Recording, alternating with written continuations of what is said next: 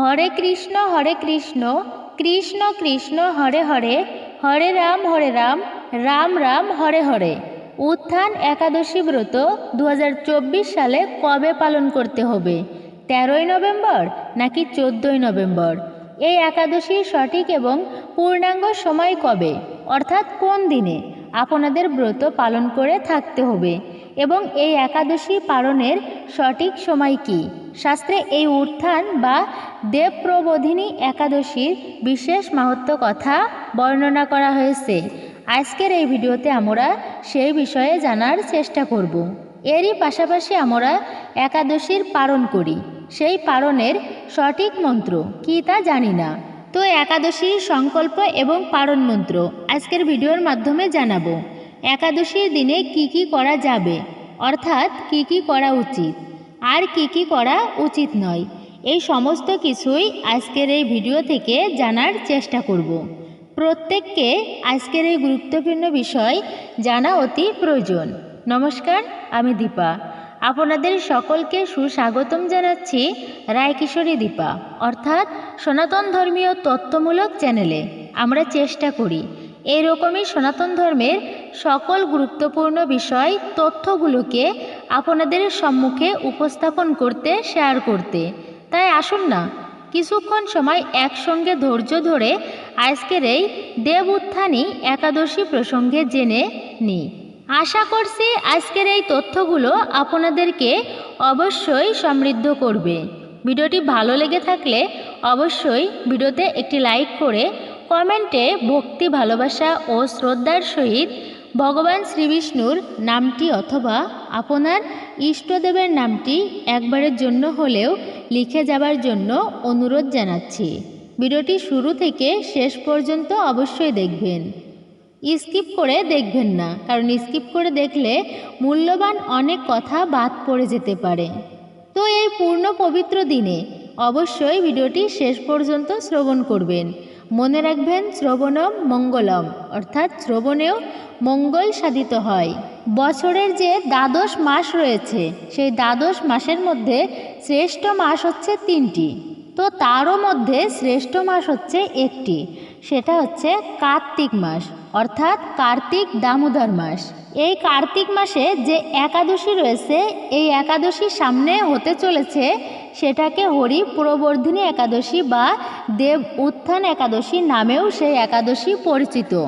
শুক্লপক্ষে 11তম দিনে চন্দ্র ক্যালেন্ডারে এই একাদশী ব্রতটি পালিত হয়, অর্থাৎ এই মাসে চাতুর্মাসের অবসান চিহ্নিত করা হয়, যেখানে শ্রীবিষ্ণুর ঘুমানোর কথা বলা রয়েছে, শ্রীবিষ্ণুর যোগনিদ্রার কথা বলা হয়েছে। শ্রীবিষ্ণু যখন শয়ন একাদশীতে যোগনিদ্রায় যান, অর্থাৎ ঘুমান। বিশ্বাস করা হয় এই 4 মাসের মধ্যে দেবপ্রবোধিনী বা উত্থান একাদশীতে শ্রীবিষ্ণুর যোগনিদ্রা ভঙ্গ হয়, অর্থাৎ তিনি এই উত্থান একাদশীতে ভগবান শ্রীবিষ্ণু জেগে ওঠেন ক্ষীরসাগর থেকে। অর্থাৎ 2024 সালে উত্থান একাদশী ব্রতটি আমাদের পালন করতে হবে 12ই নভেম্বর 2024 মঙ্গলবার দিন, এবং মঙ্গলবার এই উত্থান একাদশী ব্রত পালন করতে হবে। আর অবশ্যই আপনাদেরকে বুধবার এই উত্থান একাদশীর পালন করতে হবে। সম্পূর্ণ ভিডিওটি দেখতে থাকুন, এই সময়সূচিটা জানতে পারবেন। জগতে যত প্রকার ব্রতই হোক না কেন, যেমন দুর্গা ব্রত, কালী ব্রত, গণেশ চতুর্থী ব্রত, শিব ব্রত, এমন আরও অনেক ব্রত আছে। তো তার মধ্য থেকেও শ্রেষ্ঠ ব্রত হচ্ছে এই একাদশী ব্রত, যে ব্রত পালনের মাধ্যমে সমস্ত তীর্থের ফল লাভ করা হয়। প্রতিটা তীর্থে ভ্রমণ করলে যে ফল প্রাপ্ত হয়, সেই সকল ফল একটি মাত্র একাদশী ব্রত পালনের মাধ্যমে লাভ করা হয়ে থাকে। পাশাপাশি এই দিনটি ভগবান বিষ্ণুর সবথেকে প্রিয় দিন। কেবলমাত্র উপবাস করা নয়, এই উপবাস করে যদি কোনো ব্যক্তি শ্রীহরির পূজা করতে পারে, শ্রী বিষ্ণুর পূজা করতে পারে, তবে বলা হয়েছে সেই ব্যক্তি ভগবানের খুবই প্রিয় হয়ে থাকে, আপন হয়ে থাকে। ধরুন, ভগবান আমাদেরকে অফার দেয় বা সুযোগ করে দেয় যেন প্রতিটা জীব ভক্তির পথে ফিরে আসে। তেমনি একাদশীর দিনটি হচ্ছে বিশেষ একটি দিন, যে দিনে ঠাকুর পুজো করা, ইষ্ট দেবতা বা আরাধ্য দেবতার পুজো করা, ব্রত করা সকল কিছুই খুবই মাহাত্ম্যপূর্ণ, মহিমাপূর্ণ বলা হয়েছে। আমরা অনেকেই জানি ভগবান বিষ্ণু তিনিও শয়ন করেন বা ঘুমান। আমরা যেরকম নিদ্রা যাই বা ঘুমাই, ভগবান বিষ্ণুও কিন্তু নিদ্রা যায়। কিন্তু ভগবান বিষ্ণুর নিদ্রা যাওয়া আমাদের নিদ্রা থেকে অনেক পার্থক্য। তাকে বলা হয়েছে যোগনিদ্রা। ভগবান বিষ্ণু যোগনিদ্রার 4 মাস থাকেন, অর্থাৎ তিনি 4 মাস যোগনিদ্রায় থাকেন। আমরা যেমনটা বলতে গেলে 8 ঘন্টা ঘুমাই, ভগবান বিষ্ণু নিদ্রা গেলে 4 মাস শয়ন করেন। এই যে শয়ন একাদশী, গত শয়ন একাদশী থেকে ভগবান বিষ্ণু শয়ন করেন এবং কার্তিক মাসে উত্থান একাদশীতে গিয়ে ভগবান উত্থিত হন। অর্থাৎ এটা হচ্ছে সেই একাদশী যে একাদশীতে ভগবান ক্ষীরসাগর থেকে জেগে ওঠেন, সেটাই হচ্ছে উত্থান একাদশী। কার্তিক মাসের শুক্লপক্ষের একাদশী মাহাত্ম্য স্কন্দ পুরাণে ব্রহ্মা নারদ সংবাদে বর্ণিত আছে। উত্থান একাদশী একটি অতি গুরুত্বপূর্ণ তিথি, যা হিন্দু ধর্মের আধ্যাত্মিক ও সামাজিক জীবনে বিশেষ ভূমিকা পালন করে। এই দিনে ভক্তরা শুদ্ধতা, দানে দানশীলতা এবং কৃষ্ণ ভক্তিতে নিবেদিত হন। এটি শুধু একটি ধর্মীয় উৎসব নয়, বরং আত্মা ও চেতনার উন্নতির একটি মহৎ সুযোগ। তাই উত্থান একাদশী পালন করা আমাদের সকলের জন্য একটি সম্মানের বিষয় এবং এটি আমাদের জীবনে সুখ ও সমৃদ্ধির ধারক হতে পারে। নিষ্ঠা সহকারে এই উত্থান বা প্রবোধিনী একাদশী পালন করলে শ্রীহরির কৃপায় তার সকল পাপ বিনষ্ট হয় এবং বিষ্ণুলোকে গতি হয়ে থাকে। এই একাদশীর পাপ নাশে সর্বাপেক্ষা শ্রেষ্ঠা ব্রত হয়ে থাকে। যিনি ভক্তি নিষ্ঠার সহিত এই একাদশী ব্রত পালন করেন, তিনি আর মায়ের গর্ভে প্রবেশ করেন না। অতএব সকলের উচিত এই একাদশী ব্রতটি পালন করা। ভক্ত বৈষ্ণব সাধু হলে তারা অবশ্যই হরিনাম জপ করবেন, মন্দিরে নাম সংকীর্তনের আয়োজন করবেন, ভাগবত গীতা পাঠ করবেন, শ্রবণ করবেন এবং ভাগবত গীতার শিক্ষা ছড়িয়ে দেবেন এই সমাজের বুকে এই উত্থান একাদশীর দিন। তা অবশ্যই এই উত্থান একাদশী ব্রত পালন করবেন 12ই নভেম্বর মঙ্গলবার 2024। অবশ্যই এই দিনে কিভাবে ব্রতটি পালন করবেন তা অবশ্যই জেনে নেবেন। তাহলে চলুন কিভাবে এই একাদশী ব্রতটি অর্থাৎ মঙ্গলবার দিন পালন করবেন। অনেকেই পঞ্জিকা অনুসারে জানতে চান। উত্থান একাদশী 12ই নভেম্বর মঙ্গলবার 2024, আর এই একাদশী তিথি শুরু হচ্ছে 11ই নভেম্বর বিকাল 6টা 46 আর এই একাদশী তিথি শেষ হবে, অর্থাৎ উত্থান একাদশী তিথি সমাপ্ত হবে 12ই নভেম্বর বিকাল 4টা 4। এই পবিত্রতম শুভ ব্রতটি আমাদের অবশ্যই পালন করতে হবে। কিন্তু কথা হচ্ছে, এত কঠোরভাবে একটা ব্রত পালন করলাম, ব্রত করাতে অনেকের অনেক কষ্ট হয়। তো কষ্ট হলেও এই দিনে যদি কোনো ব্যক্তি ব্রত করতে পারে, তার মহান পুণ্য লাভ হয়ে থাকে। এত কষ্ট করে আপনি একটা ব্রত পালন করবেন। অনেকে আছে নির্জলা ব্রত করে বা করবেন, জল ফোঁটা পর্যন্ত পালন করে না।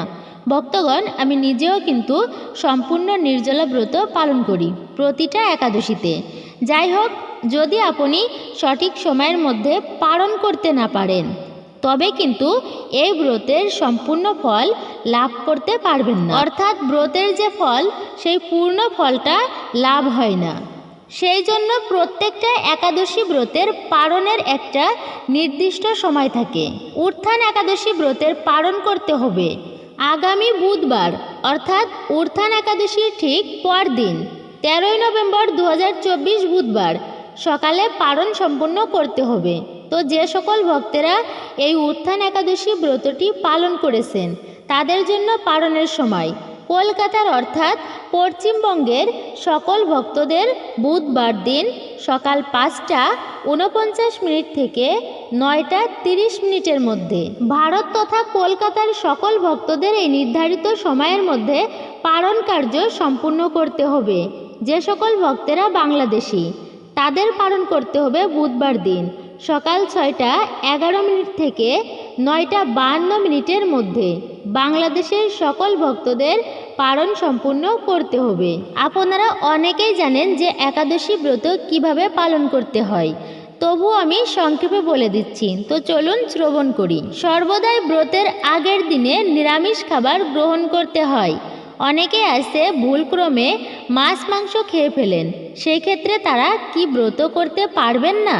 অবশ্যই ব্রতের আগের দিনে সংযম পালন করতে হয়, নিরামিষ খাবার খেতে হয়। কিন্তু যদি ভুলক্রমে আমিষ হয়ে যায়, মাছ মাংস খাওয়া হয়, সেক্ষেত্রেও যে কেউ এই ব্রত পালন করতে পারবেন। ভুলক্রমে হলেও সেটা দোষণীয় নয়। ভগবান তো দেখবেন আপনি ভুল করেছেন, সেই জন্য যে কোনো অবস্থায় ব্রত করা যাবে। এবং ব্রতের আগের দিনে রাত্রি 12টার আগে খাবার খেয়ে দাঁত ব্রাশ করে নেবেন। তা না হলে দাঁতের গোড়ায় অনেক সময় খাবার আটকে থাকে এবং অনেকের আছে যাদের রক্তক্ষরণ হয়। মনে রাখবেন একাদশীতে যে কার্যগুলো করা উচিত নয় তার মধ্যে প্রথমত হচ্ছে ভুলেও যেন রক্তক্ষরণ না হয়। রক্তক্ষরণ যদি হয় এতে সেই ব্রতের সম্পূর্ণ ফল লাভ হয় না, অর্থাৎ ব্রতে দোষ লাগে। অনেকে একাদশীতে রন্ধনের জন্য সবজি কাটবেন, ফল কাটা হয়, খেয়াল রাখবেন যেন হাত পা না কেটে যায়। একাদশীর দিনে রক্তক্ষরণ অর্থাৎ হাত পা কেটে যাওয়া অত্যন্ত অমঙ্গল এবং অশুভ বলা হয়েছে। তো এইভাবে আপনারা ব্রত পালন করবেন। একাদশীর দিনে খুব ভোরে উঠে শয্যা ত্যাগ করবেন, অর্থাৎ ব্রাহ্ম মুহূর্তে। যে কার্যগুলো অবশ্যই করা উচিত তার মধ্যে প্রথমত হচ্ছে যে কৃষ্ণ নাম জপ করা উচিত। ভগবানের মন্ত্রের উপরে কোনো মন্ত্র হয় না। বিষ্ণু পুরাণে বলা হয়েছে এক নামের যত শক্তি তত পাপ করার মতো কোনো ব্যক্তি বা কোনো যুবক যুবতীর সামর্থ্য বা শক্তি নাই। এক বিষ্ণু নামে যত পাপ হরণ হয়, পাপীর সাধ্য নাই তত পাপ পাপী করে।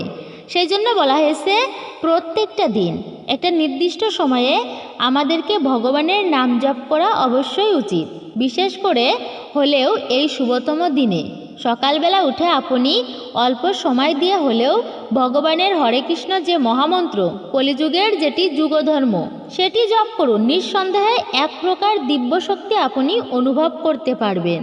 সারাটা দিন ভগবানের কৃপায় দিব্যতার মাধ্যমে কাটবে, ভালো কাটবে। সেই জন্য অন্তত পক্ষে এই শুভতম দিনে যে কার্যগুলো করবেন তার মধ্যে একটা কাজ হচ্ছে সকালবেলা একটা মালা 108 বার কৃষ্ণ নাম জপ করুন। 5 থেকে 6 মিনিট সময় লাগবে, দেখবেন নিজের ভিতরে একটা অন্যরকম ভালো লাগা কাজ করবে। মনে রাখবেন একাদশীর দিন ভোরে অর্থাৎ ব্রাহ্ম মুহূর্তে শয্যা ত্যাগ করে স্নান সেরে শুচিশুদ্ধ হয়ে শ্রীহরির মঙ্গল আরতিতে অংশগ্রহণ করতে হয়। শ্রীহরির পাদপদ্মে প্রার্থনা করতে হয়, হে শ্রীকৃষ্ণ, আজ যে এই মঙ্গলময়ী পবিত্র একাদশী সুন্দরভাবে যেন পালন করতে পারি, আপনি আমাকে কৃপা করুন। ভগবান শ্রীকৃষ্ণের সম্মুখে অবশ্যই সংকল্প মন্ত্র পাঠ করে সংকল্প নিতে হয়। সুতরাং এক্ষেত্রে মঙ্গলবার ভোরে সংকল্প মন্ত্র পাঠ করতে হবে। একাদশীর সংকল্প মন্ত্রটি হল একাদশাম নিরাহারো স্থিতা অহম অপরেহনি ভক্ষ্যামি পুণ্ডরীকাক্ষ শরণাম মে অভয় অচ্যুত। হে পুণ্ডরীকাক্ষ, হে অচ্যুত, একাদশীর দিন উপবাস থেকে এই ব্রত পালনের উদ্দেশ্যে আমি আপনার শরণাপন্ন হচ্ছি। আপনি একাদশীর সংকল্প মন্ত্রটি 3 বার পাঠ করবেন। এভাবে আপনি সংকল্প গ্রহণ করে উত্থান একাদশী ব্রতটি পালন করুন, অর্থাৎ একাদশীর দিনটি অতিবাহিত করুন। নিরন্তর ভগবানকে স্মরণ করুন। ভগবানের সেবা, পূজা অর্চনা, কীর্তন, ভাগবত পাঠ, গীতা পাঠ বা শ্রবণ করুন। এই দিনটিতে সাধু সঙ্গ করুন, ভক্ত সঙ্গ করুন এবং যতবার পারবেন হরে কৃষ্ণ মহামন্ত্রটি আপনি ততবার জপ করবেন। অনেকেই বলে থাকেন, মাতাজি আমরা তো প্রচুর পরিশ্রমের কাজ করে থাকি, যদি একাদশীতে খাওয়া যায় তবে আমরা ব্রত পালন করতে পারি। সেক্ষেত্রে বলবো আপনারা যে কোনো প্রকার ফল খেতে পারবেন, দুগ্ধ খেতে পারবেন। এছাড়াও যদি ফল খেয়ে নাও হয় সেক্ষেত্রে আপনি সবজি রান্না করে খেতে পারেন। কাঠবাদাম, কাজু বাদাম, মিষ্টি কুমড়া, মিষ্টি আলু, পেঁপে, কাঁচকলা ইত্যাদি এই সমস্ত খাবার আপনি সবজি হিসাবে রান্না করে খেতে পারবেন। তবে মনে রাখবেন, রান্না করার সময় আপনারা কোনোভাবেই সরিষার তেল ব্যবহার করবেন না। সেক্ষেত্রে আপনারা সূর্যমুখীর তেল অথবা ঘি দিয়ে রান্না করে সেই ভোগ ভগবানকে অর্পণ করে প্রসাদী হিসেবে গ্রহণ করবেন। ধরুন আলুর দম, আলুর চিপস, কুমড়ার তরকারি, সাবু রান্না করে সাবুর পায়েস ইত্যাদি এই সমস্ত খেয়েও আপনি সুন্দরভাবে ব্রত সম্পূর্ণ করতে পারবেন। একাদশী করার মূল উদ্দেশ্য হচ্ছে দিনটি শ্রীহরির সঙ্গে কাটানো, ভক্তদের সঙ্গে কাটানো। হরি সঙ্গের সব থেকে বেশি মহিমা বলা হয়েছে এবং যে ব্রতই আসুক না কেন। আরেকটা বিষয় হচ্ছে, যেদিনের যে একাদশী ব্রত, সেই একাদশী ব্রত মাহাত্ম্য পাঠ বা শ্রবণ করা অবশ্যই উচিত। আপনি ব্রত করেন কিংবা নাই করেন, সকলেরই উচিত সেই দিনের ব্রত মাহাত্ম্য কথাটি শ্রবণ করা, ঠাকুরকে কিছু পুষ্প অথবা একটি প্রদীপ ভগবানের উদ্দেশ্যে অর্পণ করা। এর মাধ্যমেও অনেকাংশে ব্রতের ফল লাভ করা যায়। আসুন এবার আমরা জেনে নিই এই দিনে যে খাবারগুলো ভুলেও গ্রহণ করা উচিত নয়। তবে তার পূর্বে প্রত্যেককে বলবো যে আসুন আজকের মতো এই পবিত্রতম মাহাত্ম্যপূর্ণ দিনে আমরা সবাই মিলে আর কিছুক্ষণ সময় ধৈর্য ধরে এই পবিত্র উত্থান একাদশীর ব্রত কথাটি শ্রবণ করি। শ্রবণম মঙ্গলম, প্রথমেই বলেছি যে শ্রবণেও মঙ্গল সাধিত হয়, সেই ব্যক্তির সর্বপাপ হতে মুক্ত হয়। উত্থান একাদশীর মাহাত্ম্য। কার্তিক মাসের শুক্লপক্ষের একাদশী মাহাত্ম্য স্কন্দ পুরাণে ব্রহ্মা নারদ সংবাদে বর্ণিত আছে। মহারাজ যুধিষ্ঠির বললেন, হে পুরুষোত্তম, কার্তিক মাসের শুক্লপক্ষের একাদশীর নাম আমার কাছে কৃপা করে বর্ণনা করুন। শ্রীকৃষ্ণ বললেন, হে রাজন, কার্তিক মাসের শুক্লপক্ষের একাদশী উত্থান বা প্রবোধিনী একাদশী নামে পরিচিত। প্রজাপতি ব্রহ্মা পূর্বে নারদের কাছে এই একাদশীর মহিমা কীর্তন করেছিলেন। এখন তুমি আমার কাছে সেই কথা শ্রবণ করো। দেবর্ষি নারদ প্রজাপতি ব্রহ্মাকে বললেন, হে মহাত্মা, যে একাদশীতে ভগবান শ্রী গোবিন্দ শয়ন থেকে জেগে ওঠেন, সেই একাদশীর মাহাত্ম্য আমার কাছে সবিস্তারে বর্ণনা করুন।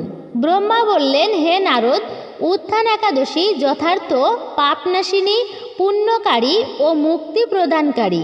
এই ব্রত নিষ্ঠা সহকারে পালন করলে 1000 অশ্বমেধ যজ্ঞ ও শত শত রাজসূয় যজ্ঞের ফল লাভ করা হয়। জগতে দুর্লভ বস্তুর প্রাপ্তির কথা কি আর বলবো। এই একাদশী ভক্তিপরায়ণ ব্যক্তিকে ঐশ্বর্য, প্রজ্ঞা, রাজ্য ও সুখ প্রদান করে। এই ব্রতের প্রভাবে পর্বত প্রমাণ পাপরাশি বিনষ্ট হয়। যারা একাদশীতে রাত্রি জাগরণ করেন তাদের সমস্ত পাপ ভস্মীভূত হয়। শ্রেষ্ঠ মুনিগণ তপস্যা দ্বারা যে ফল লাভ করেন, এই ব্রতের উপবাসে তা পাওয়া যায়। যথাযথভাবে এই ব্রত পালনে আশাতীত ফল লাভ হয়, কিন্তু অবধিতে উপবাস করলে স্বল্পমাত্র ফল লাভ হয়। যারা এই একাদশীর ধ্যান করেন তাদের পূর্বপুরুষেরা স্বর্গে আনন্দে বাস করেন। এই একাদশীর উপবাসের ফলে ব্রহ্মহত্যাজনিত ভয়ঙ্কর নরক যাতনা থেকে নিস্তার পেয়ে বৈকুণ্ঠ গতি লাভ হয়। অশ্বমেধ যজ্ঞ দ্বারাও যা সহজে লাভ হয় না, তীর্থের স্বর্ণ প্রভৃতি দান করলে যে পুণ্য অর্জিত হয়, এই উপবাসের রাত্রি জাগরণের সেই সকল অনায়াসে লাভ হয়। যিনি সঠিকভাবে উত্থান একাদশী অনুষ্ঠান করেন তার গৃহে ত্রিভুবনের সমস্ত তীর্থ এসে উপস্থিত হয়। হে নারদ, বিষ্ণুর প্রিয়তমা এই একাদশীর উপবাস ফলে সর্বশাস্ত্রে জ্ঞান ও তপস্যায় সিদ্ধি লাভ করে চরমে মুক্তি লাভ হয়। যিনি সমস্ত লৌকিক ধর্ম পরিত্যাগ করে ভক্তি সহকারে এই ব্রত পালন করেন তাকে আর পুনর্জন্ম গ্রহণ করতে হয় না। এমনকি মন ও বাক্য দ্বারা অর্জিত পাপরাশিও শ্রী গোবিন্দের অর্চনে বিনষ্ট হয়। হে বৎস, এই ব্রতে শ্রদ্ধা সহকারে শ্রী জনার্দনের উদ্দেশ্যে স্নান, দান, জপ, কীর্তন ও হোমাদি করলে অক্ষয় লাভ হয়। যারা উপবাস দিনে শ্রীহরির প্রতি ভক্তি সহকারে দিন যাপন করেন তাদের পক্ষে জগতে দুর্লভ বলে আর কিছুই নেই। চন্দ্র ও সূর্যগ্রহণে স্নান করলে যে পুণ্য হয়, এই উপবাসের রাত্রি জাগরণ করলে তার সহস্র গুণ সুকৃতি লাভ হয়। তীর্থে স্নান, দান, জপ, হোম, ধ্যান আদির ফলে যে পুণ্য সঞ্চিত হয়, উত্থান একাদশী পালন না করলে সেই সমস্ত নিষ্ফল হয়ে যায়। হে নারদ, শ্রী হরিবাসরে শ্রী জনার্দনের পূজা বিশেষ ভক্তি সহকারে করবে, তা না হলে শত জন্মার্জিত পুণ্য বিফল হয়। হে বৎস, যিনি কার্তিক মাসে সর্বদা ভাগবত শাস্ত্রাদি অধ্যয়ন করেন তিনি সর্বপাপ মুক্ত হয়ে সমস্ত যজ্ঞের ফল লাভ করেন। ভগবান হরিভক্তি মূলক শাস্ত্র পাঠে অত্যন্ত সন্তুষ্ট হন, কিন্তু দান, জপ, যজ্ঞাদি দ্বারা তেমন প্রীত হন না। এই মাসে শ্রীবিষ্ণুর নাম, গুণ, রূপ, লীলাদি শ্রবণ কীর্তন অথবা শ্রীম ভাগবত আদি শাস্ত্রগ্রন্থ পাঠের ফলে শত শত গোদানের ফল লাভ করা যায়। অতএব হে মুনিবর, কার্তিক মাসে সমস্ত গৌণ ধর্ম বর্জন করে শ্রী কেশবের সামনে হরিকথা শ্রবণ কীর্তন করা কর্তব্য। কোনো ব্যক্তি যদি ভক্তি সহকারে এই মাসে ভক্ত সঙ্গে হরিকথা শ্রবণ কীর্তন করেন তবে তার শতকুল উদ্ধার হন এবং হাজার হাজার দুগ্ধবতী গাভীদানের ফল অনায়াসে লাভ হয়। এই মাসে পবিত্রভাবে শ্রীকৃষ্ণের রূপ গুণাদি শ্রবণ কীর্তনে দিন যাপন করলে তার আর পুনর্জন্ম হয় না। এই মাসে বহু ফলমূল, ফুল, অগুরু, কর্পূর ও চন্দন দিয়ে শ্রীহরির পূজা করা কর্তব্য। সমস্ত তীর্থ ভ্রমণ করলে যে পুণ্য হয়, উত্থান একাদশীতে শ্রীকৃষ্ণ পাদপদ্মে অর্ঘ্য প্রদানে তার কোটি গুণ সুকৃতি লাভ হয়। শ্রবণ, কীর্তন, স্মরণ, বন্দনাদি নববিধা ভক্তির সাথে তুলসীর সেবার জন্য যারা বীজ রোপণ, জল সেচন ইত্যাদি করেন তারা মুক্তি লাভ করে বৈকুণ্ঠবাসী হন। হে নারদ, সহস্র সুগন্ধি পুষ্পে দেবতার অর্চনে বা সহস্র সহস্র যজ্ঞ ও দানে যে ফল লাভ হয়, এই মাসে হরিবাসরে একটি মাত্র তুলসী পাতা শ্রী ভগবানের চরণ কমলে অর্পণ করলে তার অনন্ত কোটি গুণ লাভ হয়। আশা করি সকলে বুঝতে পেরেছেন এই উত্থান একাদশীর ব্রত পালন করলে আমরা কী ফল লাভ করতে পারি। নিজেও এই একাদশী ব্রত পালন করবেন এবং সকলকে উৎসাহিত করবেন। সবাই যেন আমরা এই উত্থান একাদশী ব্রত পালন করি। তো এবার আসুন আমরা এই একাদশী ব্রতের দিনে ভুলেও আমাদের গ্রহণ করা উচিত নয় যে খাবারগুলো। প্রথমত বলবো, একাদশীর দিনে ভুলেও খাবেন না পঞ্চ রবি শস্য। এই পঞ্চ রবি শস্যের মধ্যে আপনি যদি ভুলক্রমে একটিও গ্রহণ করে থাকেন তাহলে সম্পূর্ণরূপে আপনার এই একাদশী ব্রতটি ভঙ্গ হয়ে যাবে, অর্থাৎ ব্রতটি নষ্ট হয়ে যাবে, ব্রতে দোষ লাগে। ধান থেকে তৈরি সকল প্রকার খাদ্য, গম থেকে তৈরি সকল প্রকার খাবার, জব বা ভুট্টা থেকে তৈরি সকল প্রকার খাবার, ডাউল জাতীয় সকল প্রকার খাবার, সরিষার তেল, তিল তেল ইত্যাদি ভুলেও গ্রহণ করা উচিত নয়। এগুলো পঞ্চ রবি শস্য। চিরা, মুড়ি, খই, রুটি, পাউরুটি, বিস্কুট ইত্যাদি এগুলো খাবেন না একাদশী ব্রত পালন করে। দ্বিতীয়ত হচ্ছে, অনেকেই তামসিক শাস্ত্রের বিধান দেখায় যে একাদশীতে খিচুড়ি খাওয়া যায়। আরে সেটা হচ্ছে যদি অনেক অসুস্থ হয়, সেটা হচ্ছে ভিন্ন বিষয়।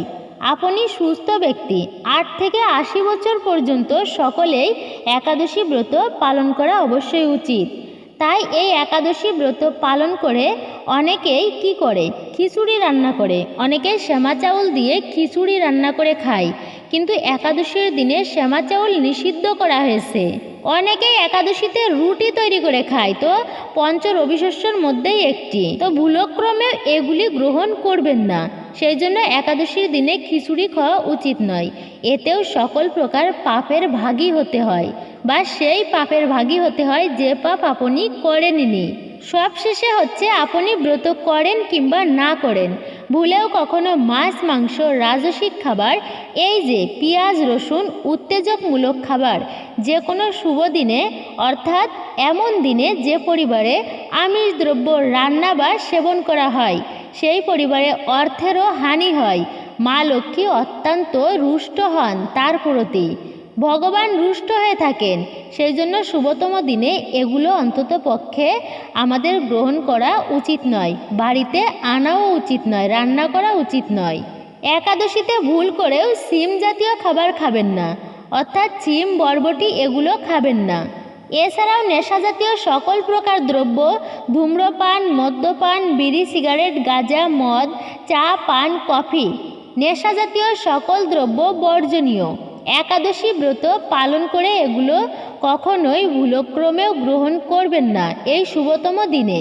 এই দিনে ব্রহ্মচর্য ধর্ম পালন করা অবশ্যই উচিত।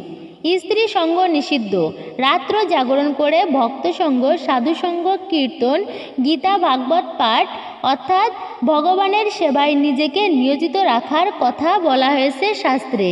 তো ভক্তগণ, আমি আরেকবারও বলে রাখি, একটি খাদ্যশস্যের মধ্যে 4 ধরনের পাপ থাকে: মাতৃহত্যার পাপ, পিতৃহত্যার পাপ, ব্রহ্মহত্যার পাপ, গুরু হত্যার পাপ।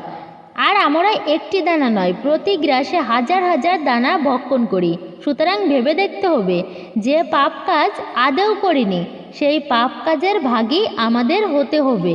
একাদশীর দিনে একাদশী ব্রত পালন করার পর পরের দিন পালন করতে হবে পঞ্চ রবিশস্য দিয়ে। এটা অবশ্যই মনে রাখবেন, পঞ্চ রবিশস্য দিয়ে ভগবানকে নিবেদন করে তারপর পারণ মন্ত্র বলে একাদশী ব্রতের পারণ ভঙ্গ করতে হবে। তো সেই পারণ মন্ত্রটি হচ্ছে ওম অজ্ঞানতম তিমিরান্ধর্ষীয় ব্রতে নানেন কেশব প্রসিদ সুমুখ নাথ জ্ঞানদৃষ্টি প্রদ ভব। 3 বার এই মন্ত্রটি বলে আপনারা একাদশীর পারণ ভঙ্গ করবেন। হে কেশব, আমি অজ্ঞানরূপ অন্ধকারে নিমজ্জিত আছি। হে নাথ, এই ব্রত দ্বারা আমার প্রতি প্রসন্ন হয়ে আমাকে জ্ঞান চক্ষু প্রদান করুন। একাদশী ব্রত পালনের উদ্দেশ্য কেবলমাত্র উপবাস নয়, নিরন্তর শ্রী ভগবানের স্মরণ মনন ও শ্রবণ কীর্তনের মাধ্যমে একাদশীর দিন অতিবাহিত করতে হয়। শ্রীল প্রভুপাদ ভক্তদের এই দিন 25 মালা বা যথেষ্ট সময় পেলে আরও বেশি জপ করার নির্দেশ দিয়েছেন। একাদশী ব্রত পালন করে পরনিন্দা পরচর্চা মিথ্যা ভাষণ ক্রোধ দুরাচারী স্ত্রী সহবাস সম্পূর্ণরূপেই নিষিদ্ধ। তাহলে ভক্তবৃন্দ, এই ছিল আমাদের উত্থান একাদশী প্রসঙ্গে আজকের ভিডিওটি কেমন লাগলো তা কমেন্ট করে অবশ্যই জানাবেন। ভিডিওটি ভালো লাগলে অবশ্যই একটি লাইক করবেন, কমেন্টে জয় শ্রীকৃষ্ণ বা জয় শ্রী বিষ্ণু অথবা আপনার ইষ্ট দেবতার নামটি লিখতে একবারও ভুলবেন না। চ্যানেলে যদি আপনি নতুন হয়ে থাকেন তো আমার চ্যানেলটি সাবস্ক্রাইব করবেন, পাশে থাকার নোটিফিকেশন বেল বাটনটি অল করে রাখুন। সকলে ভালো থাকুন, সুস্থ থাকুন, পরম করুণাময় ঈশ্বরের অশেষ কৃপায়। জয় শ্রীকৃষ্ণ, রাধে রাধে।